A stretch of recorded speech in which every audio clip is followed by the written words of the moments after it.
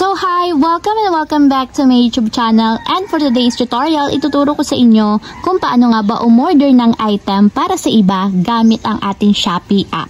But first, you can subscribe to my channel and don't forget to hit the subscribe button and the bell to notify you for my new updates. And if you want to learn more, just keep on watching and let's start.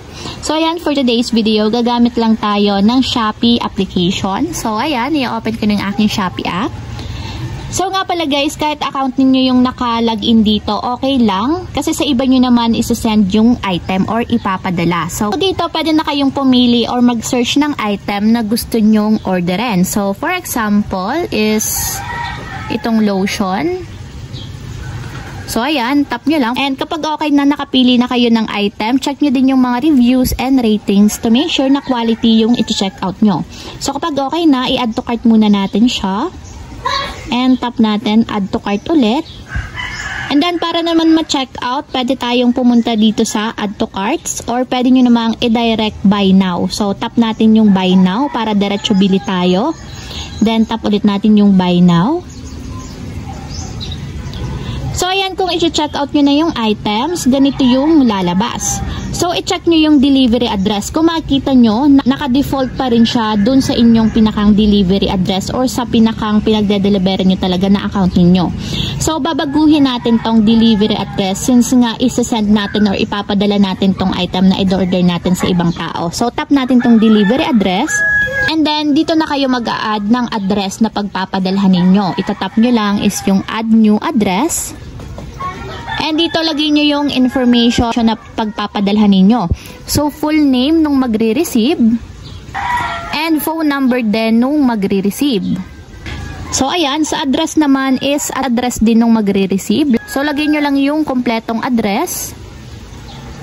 So, kagaya ng sa region, sa city, kung anong barangay, street, at block number or apartment number. So, dapat detail yung address since dun nga ipapadala yung item. So, ayan, kapag okay na kayo sa address and kompleto na, dito na tayo sa postal code. So, lalagay nyo lang yung postal code nung papadalhan or nung magre-receive. So, ayan, lagay nyo lang. And then, street, lagay nyo kung anong street yung pagde-delibera nitong item na in-order ninyo. So, ayan, tap lang yung next. So, confirm nyo yung location. So, ayan, okay na tayo sa address. Double check nyo yung name, phone number, address, postal code, street name, and then yung map location. So, kapag okay na, tap natin yung submit. And kung makikita nyo, nadagdag na siya dito sa ating address selection. So, para naman ma-default, or ma-enable, itatap nyo lang yung full circle dito sa tapat or pangalan nung address na pagsasanda ninyo. So, tap nyo lang. And automatic na bago na yung delivery address na nakalagay dito sa inyong pag-check out. So, check natin. So, ayan, siya na yung naka-enable and active. So, pwede na nating i-check out or i-place order since nga nabago na natin yung address, yung name, and phone number. So, tap nyo lang yung place order kapag okay na. And ayan guys, na-place order na natin yung item. So, ganun lang kasimple kung paano nga ba umorder ng item para sa ibang tao gamit ang Shopee.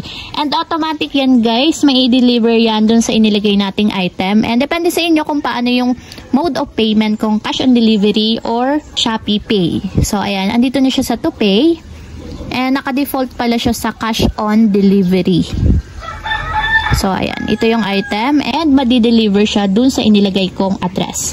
So, ayan lang guys. If you have a question, comment down below and don't forget to hit the subscribe button and the bell to notify you for my new updates. And thank you for watching! Living life, every day, late at night, not okay.